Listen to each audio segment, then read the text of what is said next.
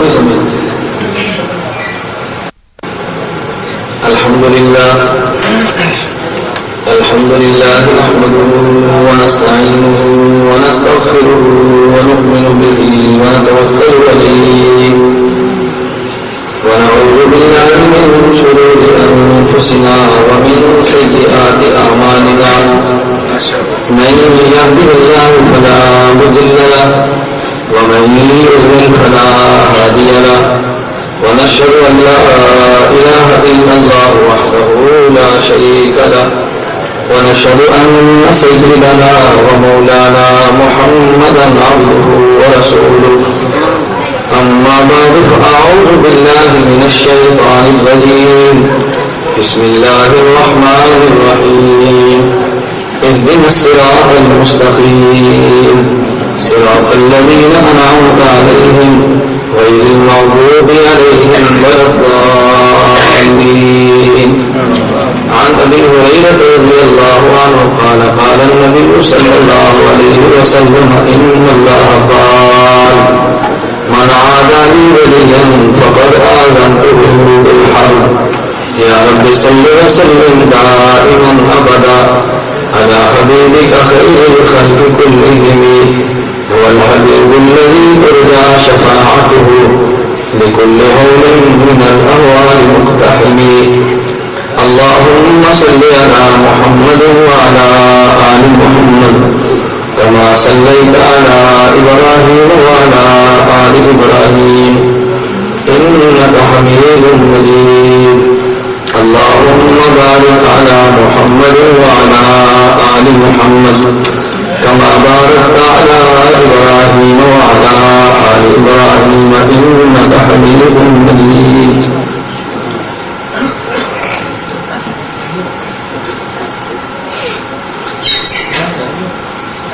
میں نہایت واجب الاحترام علماء کرام،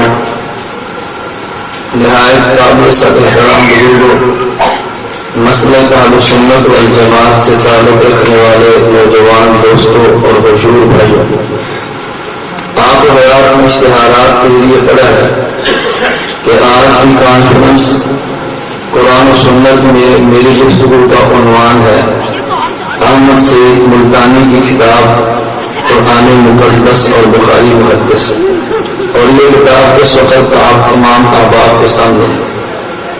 یہ کتاب قرآن مقدس اور بخاری مقدس احمد سعید ملتانی نے تحریر کی ہے، اور محمد منظور معاویہ جامع مسجد علی کاشف پارک اکم گورنمنٹ ہائی اسکول خیالی بائی پاس گجرانوالہ سے شائع کرا تھا۔ اس وقت الحمدللہ کتاب شائع کرنے والا اور کتاب لکھنے والے دونوں جیل میں گرفتار ہیں۔ اللہ ان کی اسارت میں اور تبارک عطا فرمائے۔ یہ کتاب 125 صفحات پر مشتمل ہے۔ اس کتاب کا خلاصہ میں آپ حضرات کی خدمت میں آج عرض کروں گا۔ بہت سارے احباب ایسے ہیں کہ جنہوں نے اس کتاب کا مطالعہ نہیں کیا، ان کے علم میں نہیں ہے کہ احمد سعید نے کون سا جرم کیا ہے جس جرم کے نتیجے میں وہ جیل کی سلاخوں کے پیچھے اپنی رات کی تنہائیاں اور دن کی جلوتیں گزار رہا ہے۔ بہت سارے احباب اس غلط فہمی کے اندر مبتلا ہوتے ہیں، کہتے ہیں جیل کاٹنا تو اہل حق کا شیوا ہے، امیر شریعت نے جیل نہیں کاٹی، امیر عظیمت نے جیل نہیں کاٹی، شیخ الطرب العجم نے جیل نہیں کاٹی، حضرت امام اعظم ابو حنیفہ نے جیل نہیں کاٹی۔ کہتے ہیں جیل کاٹنا تو اہل حق کا وتیرہ ہے۔ میں کہتا ہوں جیل کاٹنا اہل حق کا وتیرہ ہے جو حق بیان کرتے۔ ایک ہوتا ہے جیل کاٹنا ناموس پیغمبر کا دفاع کرتے ہوئے، ایک ہوتا ہے جیل کاٹنا ناموس صحابہ کا تحفظ کرتے ہوئے، اور ایک ہوتا ہے جیل کاٹنا ناموس پیغمبر پہ حملہ کرتے ہوئے۔ جیل کاٹنے والا غازی بن الدین بھی تھا اور جیل کاٹنے والا لاہور میں یوسف قذاب بھی تھا، لیکن دونوں کا جیل کاٹنا الگ الگ تھا۔ کوئی انسان جیل کاٹتا ہے ناموس پیغمبر کا دفاع کرتے ہوئے، اور کوئی جیل کاٹتا ہے ناموس پیغمبر کا حملہ کرتے ہوئے۔ ناموس پیغمبر کا دفاع کرتے ہوئے جیل کاٹنا یہ میرے اللہ کی رحمت ہے، اور ناموس پیغمبر پہ حملہ کرتے ہوئے جیل کاٹنا یہ میرے اللہ کی طرف سے لعنت ہے جو آمد سے چتروڑی کے کھاتے میں آئی۔ میں آپ حضرات کے سامنے اس کتاب پر انشاءاللہ تفصیلاً گفتگو کروں گا انشاءاللہ، لیکن اس گفتگو میں آج کی نشست میں آپ حضرات کے سامنے 5 باتیں عرض کروں گا، نمبر وار اور ترتیب وار۔ نمبر 1، امیر المؤمنین فی الحدیث حضرت امام بخاری رحمہ اللہ تعالیٰ کی شخصیت۔ نمبر 2، حضرت امام بخاری رحمہ اللہ تعالیٰ کے متعلق امام بخاری رحمۃ اللہ علیہ کے راوی پر گفتگو، یہ تذکرہ میں کروں گا، اور تذکرہ ان روایات کا جن 5 کا احمد سعید نے نام لے کر اپنی اس کتاب میں خبر بازی کی ہے۔ نمبر 3، مطلقاً صحیح بخاری کے روایات کا تذکرہ۔ نمبر 4، ان مسائل کا تذکرہ جو احمد سعید ملتانی اس کتاب میں زیر باس رہا ہے۔ اور نمبر 5، آخر میں اس کتاب سے چند ایک وہ گستاخیاں جس کا ارتکاب احمد سعید ملتانی نے کیا ہے، اور جن گستاخیوں کی بنیاد اور اس کے خلاف کے مختلف دفعات کے تحت مقدمات درج کیے گئے، اور اس وقت وہ جیل کی کارپوش کے اندر بند ہے۔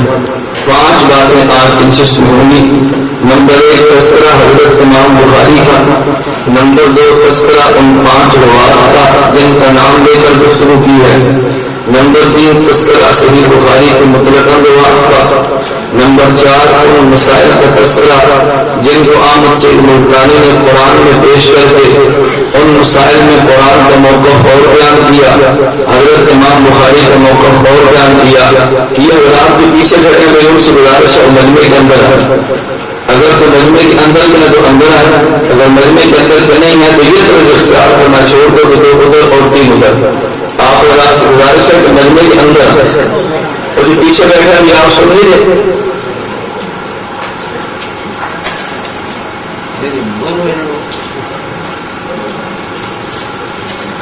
مجمع کے اندر آ کر بھی بعض احباب تاثر پورا دیتے ہیں کہ ہم تمہارے نہیں ہیں، آئے ہیں سننے کے لیے لیکن تمہارے نہیں ہیں۔ اس لیے میں گزارش کرتا ہوں اگر موقف سننے کے لیے آؤ تو قریب بیٹھ کر تو موقف سننا۔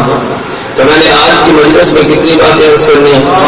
بولو بھائی کتنی؟ آپ حضرات کے علم میں ہے کہ میں بیان کے دوران سبحان اللہ سے داد نہیں لیتا، میں بیان کے دوران ماشاء اللہ سے داد نہیں لیتا، میرا ذوق نہیں ہے۔ میں بیان کے دوران نر لگوا کر اپنی تقریر میں داد نہیں دیتا، یہ میرا ذوق نہیں ہے، لیکن جگہ جگہ کر بات کرتا ہوں تاکہ میرے سامنے اور میرے مخاطب کو بات سمجھ آئے۔ آج بھی مجھے بات احباب نے فون کیا کہ مولانا جب بھی آپ گجرانوالہ آتے ہیں تو آپ کی رفتار اتنی تیز ہوتی ہے کہ گفتگو ہمارے سر کے اوپر سے گزرتی ہے، تو ساتھیوں کا اصرار ہے کہ آج گفتگو کرتے ہوئے آپ رفتار تھوڑی سی کم رکھیں۔ میں اکثر گزارش کرتا ہوں کہ جب وقت تھوڑا ہو اور سفر لمبا ہو تو پھر گاڑی کی رفتار تیز ہوتی ہے۔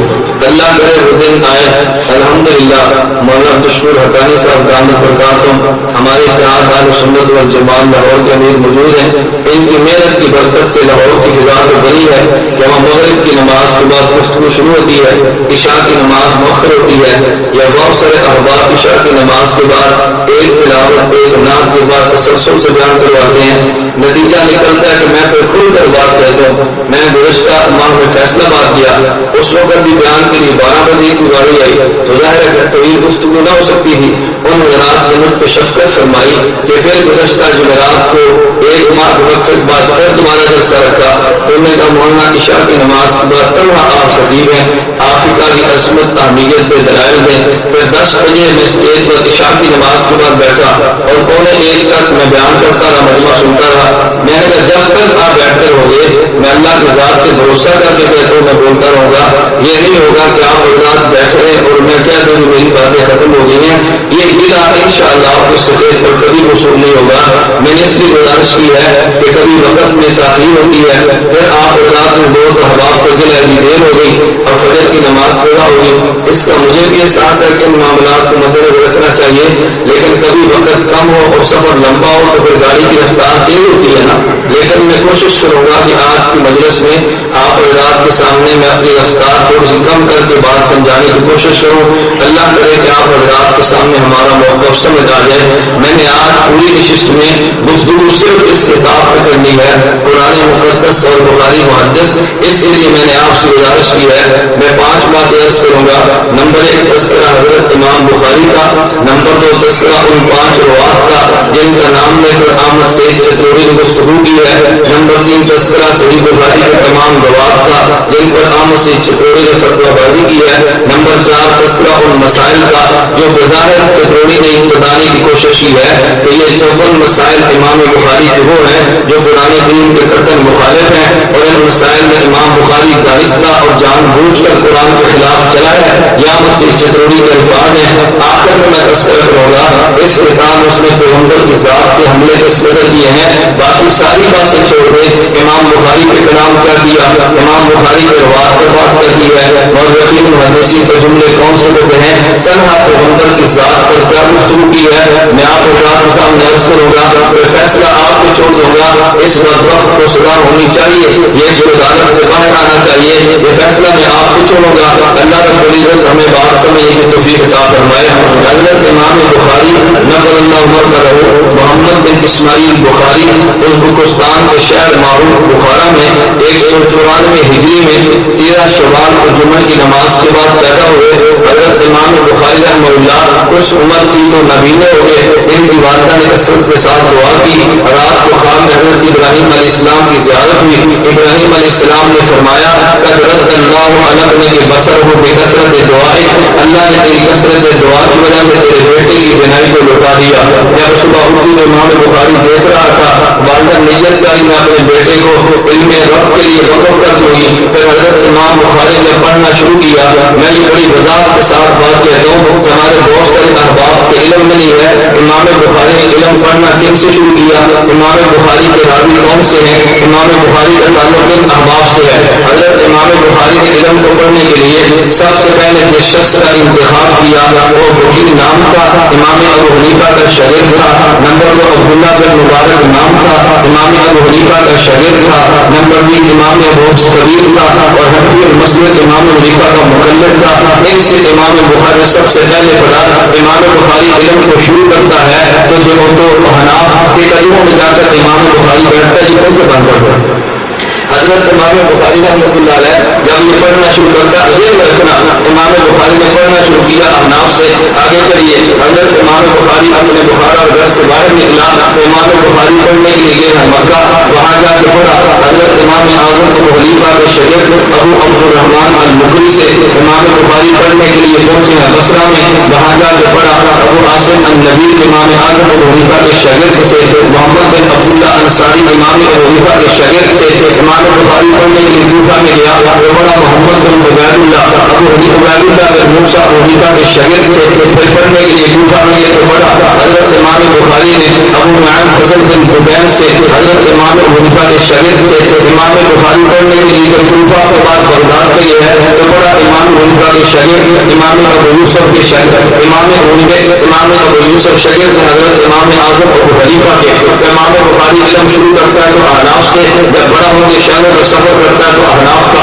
حضرت امام بخاری رحمہ اللہ تعالیٰ نے علم حدیث پر محنت کی ہے، جو اپنی کتاب میں امام بخاری کی روایات لاتا ہے۔ یہ معلومات میں امام بخاری کی جملہ روایات تمام مقررات ہوں، امام بخاری کی روایات جو مطابعات ہوں، ان سب کو ملا کر امام بخاری کی صحیح بخاری کل روایات کی تعداد بنتی ہے 9082۔ حضرت امام بخاری رحمہ اللہ تعالیٰ نے ان روایات کو جمع کیا تو صحیح بخاری کے اندر کئی قسم کے مشائخ ہیں۔ ایک شیخ وہ ہے کہ جو امام بخاری کا براہ راست استاد ہے اور امام بخاری کی صحیح بخاری کا راوی ہے۔ نمبر 2 استاد وہ ہے جو رسول اللہ کا شاگرد ہے اور امام بخاری کا راوی ہے۔ تیسرا راوی وہ ہے جو امام بخاری سے روایت نقل کر کے ہمیں دیتا ہے۔ اب 3 قسم کے راوی آئیں گے۔ نمبر 1 امام بخاری کا سند کا آخری راوی اللہ کے پیغمبر کا شاگرد جسے صحابی رسول کہتے ہیں۔ نمبر 3 امام بخاری کا استاد جسے شیوخ بخاری کہتے ہیں۔ نمبر 3 امام بخاری کا شاگرد جسے بخاری کا راوی و نقل کرنے والا کہتے ہیں۔ ہم اس کی گفتگو تھوڑی سی کروں گا تاکہ آپ ذہن نشین ہو جائے کہ بخاری کے اندر حنفیت کا کردار کیا ہے، امام بخاری لیتا کیسے ہے، امام بخاری کی کتاب آگے منتقل کرتا کون سے ہے، تاکہ یہ لوگ ذہن سے لوگ کو نکلے کہ امام بخاری کی صحیح بخاری سے حنفیت کا کوئی تعلق نہیں ہے۔ حضرت امام بخاری رحمہ رحمہ اللہ بھی تھے جو مشائخ جن کا تذکرہ امام بخاری نے کیا، جن سے براہ راست احادیث بخاری میں لی ہے۔ علامہ ابن حجر اسقلانی حدیث الثانی مقدمہ فتح الباری میں یہ تحریر فرماتے ہیں، ان کی تعداد 310 بنتی ہے۔ ان 310 میں سے 45 امام بخاری کے استاد وہ ہیں جو کوفہ کے رہنے والے تھے۔ حضرت امام بخاری نے جن اساتذہ سے جو حضرت سند کا آخری راوی ہے رسول اللہ کا شاگرد ہے، 140 صحابہ سے براہ راست اس بخاری نے روایات دی ہیں۔ اور 140 میں سے 29 صحابہ وہ تھے جو کوفہ میں آ کر رہائش پذیر ہوئے۔ حضرت امام بخاری رحمہ اللہ کی جو سب سے اعلیٰ سند ہے اس کو ثلاثی کہتے ہیں۔ امام بخاری اللہ کے پیغمبر کے درمیان صرف 3 واسطے ہیں۔ حضرت امام بخاری اور نبی کے درمیان جو 3 واسطے، اس روایت کا نام ثلاثی ہے۔ اور صحیح بخاری کے اندر 22 ثلاثیات ہیں، ان میں سے 11 ثلاثیات مروی ہیں۔ مکی بن ابراہیم سے امام اعظم ابو حنیفہ کا شاگرد ہے، 6 روایات مروی ہیں۔ ابو عاصم النبیل سے امام ابو حنیفہ کا شاگرد ہے، 3 روایات مروی ہیں۔ محمد بن عبداللہ انصاری سے امام ابو حنیفہ کا شاگرد ہے، 1 روایت مروی ہے۔ خلاد بن یحییٰ سے اور 1 روایت مروی ہے۔ خالد بن نظام الحمصی سے تو 22 روایات میں سے 20 ثلاثی روایات کے راوی امام ابو حنیفہ کے شاگرد اور امام بخاری کے استاد۔ امام بخاری رحمۃ اللہ علیہ نے جو بخاری پڑھائی ہے، اس بخاری کو امام بخاری سے پڑھا ہے کم از کم 90,000 افراد نے۔ لیکن جن لوگوں نے امام بخاری کی کتاب بخاری کو نقل کیا ہے، مرکزی راوی صحیح بخاری کے 4 ہیں۔ ان میں سے ایک راوی کا نام ابراہیم بن ماقل النصری ہے جو 294 ہجری کے اندر فوت ہوتا ہے۔ دوسرے راوی کا نام امام بخاری سے نقل کرنے والا حماد بن شاکر یہ حنفی النصری ہے جو فائدہ فوت ہوتا ہے 311 ہجری میں۔ تیسرے راوی کا نام محمد بن یوسف الفبری ہے جو انتقال کرتا ہے 320 ہجری میں۔ اور چوتھے راوی کا نام ابو طلحہ منصور بن محمد البصری ہے جس کا انتقال ہوتا ہے 329 ہجری میں۔ لیکن حنفیوں میں یہ ایک بات کہتا ہوں، امام بخاری کی روایت کو نقل کرنے والا پہلا راوی امام ابراہیم نصری ہے جو 294 ہجری میں فوت ہوتا ہے، یہ امام اعظم ابو حنیفہ کا مقلد تھا۔ دوسرے راوی کا نام جو میں نے عرض کیا یہ شاکر بن حماد النصری ہے، یہ امام ابو حنیفہ کا شاگرد تھا۔ تو بخاری کی روایت کو نقل کرنے والے 4 آدمی ہیں، ان میں سے 2 حنفی تھے اور 2 حنفی کے علاوہ اور مجتہدین کے مقلد تھے۔ نمبر 3 آگے چلیے، حضرت امام بخاری کا اپنا مسئلہ کیا تھا؟ ممکن ہے تمہیں بھی باور کرا دے کہ امام ابو حنیفہ کا مقلد تو نہیں تھا، لیکن امام بخاری ممکن ہے غیر مقلد ہو۔ نہیں، امام بخاری رحمہ اللہ کے بارے میں امام تاج الدین سبکی طبقات الشافعیہ میں تحریر فرماتے ہیں۔ حضرت امام المحدثین شاہ ولی اللہ محدث دہلوی الانصاف میں فرماتے ہیں حضرت امام بخاری مقلد تھا محمد بن ابراہیم امام شافعی کا، لیکن اسی کے بارے میں ابن تیمیہ فتاوی ابن تیمیہ میں تحریر کرتے ہیں۔ علامہ ابن قیم اپنی کتاب علامہ ابن قیم علام الوقیعین تحریر کرتے ہیں امام بخاری مقلد تھا امام احمد بن حنبل کا۔ تو یہ بات تو طے ہو گئی نا، ہم بھی مقلد ہیں، امام بخاری بھی مقلد تھا، امام بخاری غیر مقلد نہیں تھا۔ تو امام بخاری پڑھتا ہے حنفیوں سے، امام بخاری کے استاد احناف ہے، امام بخاری کا نقل کرنے والی روایت کو حضرت امام حنیفہ کے مقلد ہے۔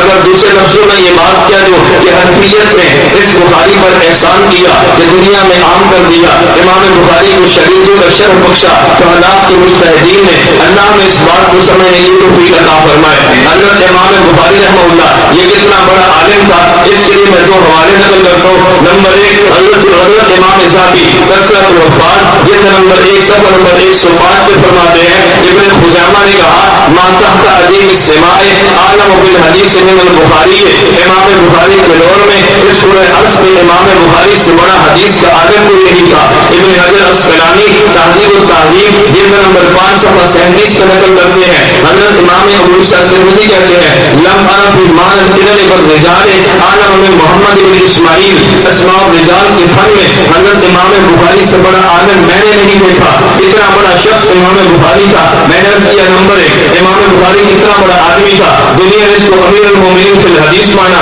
دنیا نے اس کو محدث کبیر مانتی ہے۔ امام بخاری کو اس زمین میں سب سے بڑا علم الحدیث کا ماہر مانتی ہے۔ ایک طرف یہ پوری امت کا مسئلہ ہے اور ایک طرف سید احمد چتروڑی کا مسئلہ ہے۔ سید احمد چتروڑی نے حضرت امام بخاری کے بارے میں جو زبان درازی کی ہے، اگر میں اس کتاب کے سارے جملے نقل کر دوں تو میں یقین نہیں آئے گا۔ 125 صفحات پر مشتمل کتاب ہے، لیکن صرف امام بخاری کے بارے میں جو جملے کم از کم میں نے جلدی کے اندر نقل کیے، ان کی تعداد بنتی ہے 81 مرتبہ امام بخاری کا نام لے کے آمد سے چندوڑی تبصرے کرتا ہے. کبھی کہتے ہیں قرآن کے مفہوم میں بصیرت حاصل کرنے کی کوشش نہیں فرمائی، کبھی کہتے ہیں لیکن حسن نیت کے ساتھ بصیرت قرآن ہونا بھی لازمی ہے. کبھی کہتے ہیں امام بخاری نے روایت کی بات کو قرآن پر پرکھنے کی کوشش بہت کم کی ہے. کبھی کہتے ہیں امام بخاری نے صحیح قرآن کے نص کردی کے خلاف جھوٹی روایت پیش کی ہے. کبھی کہتے ہیں امام بخاری جو کہ روایت کے پرستار تھے، قرآن بصیرت سے خالی آدمی تھے.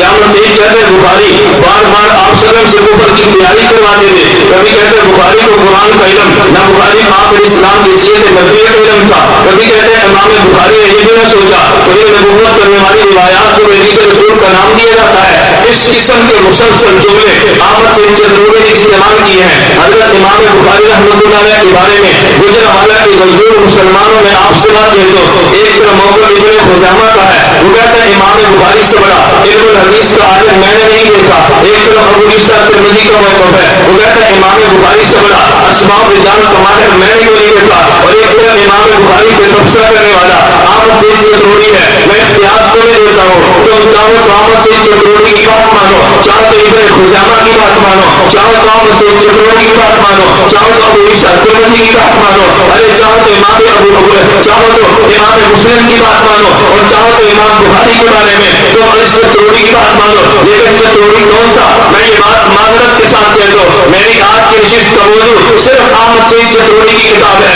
مجھے گجرا والا آنے سے قبل چند ایک نوجوانوں نے کہا، ہمیں اشاعت کے لوگوں نے کہا آمد سے کے خلاف زبان کو بہت سے استعمال کرنا. میں کہتا ہوں میں جو زبان کہتا ہوں بڑی جرأت کے ساتھ کہتا ہوں، بڑی گرمی کے ساتھ کہتا ہوں، میں ڈنڈے کی چوٹ پر کہتا ہوں. آج تک پاکستان کی سرزمین میں جو ماں اپنے مانے اور بیتاری جگہ جو مسلک کو بیان کرتے ہوئے میرے راستے کو روک سکے، میں الحمدللہ تعالیٰ اپنے قادر علماء دیوبند کی ذات پر بھروسہ کر کے کہتا ہوں، میرے قدم کو تم نے پہلے بھی نہیں روکا، تم آئندہ دوسرے کی حماقت مت کرنا. میری آج گفتگو کرو آمد صحیح ملتانی ہے. اگر تم نے میرے راستے میں رکاوٹ ڈالنے کی کوشش کی، پھر میں تمہارے نظریات کو زیر باز لاؤں گا، پھر میں تمہارے سے گفتگو کروں گا. میں نے کئی بار کہا میں اپنے موقف سے دائیں بائیں نہیں ہٹتا، اپنے منہ سے دائیں بائیں نہیں کرتا. آمد صحیح چندروڑی کے بارے میں نے فتویٰ پاک کے لیے، آمد صحیح چندروڑی کے بارے میں میرے کاتب نے فتویٰ پاک کے لیے خاصم جہاں کا میرے ہاتھ میں کتاب موجود ہے. اشاعت توحید رسولہ نے کتاب تحریر کی ہے 1997 میں. آمد صحیح کے جماعت پہ تم نے نکالے. اگر یہ شیخ القرآن تھا تم نے جس سے جماعت نے کیوں نکالا؟ اگر یہ شیخ التفسیر تھا تم نے جماعت نے کیوں نکالا؟ فرق اتنا تھا. ہم نے کہا آمد صحیح چندروڑی امام حنیفہ پہ اتفاق کرتا ہے. میں نے کہا امام چندروڑی امام بخاری پہ بہت مانتا ہے. لیکن تو یہ چندروڑی پیغمبر کے صحابہ پہ اتفاق کرتا ہے. لیکن تم نے اس وقت تک چندروڑی کو برداشت کیا جب کافر علماء دیوبند کو گالیاں دیتا رہا. لیکن جب اس نے زبان درازی کی ہے، شیخ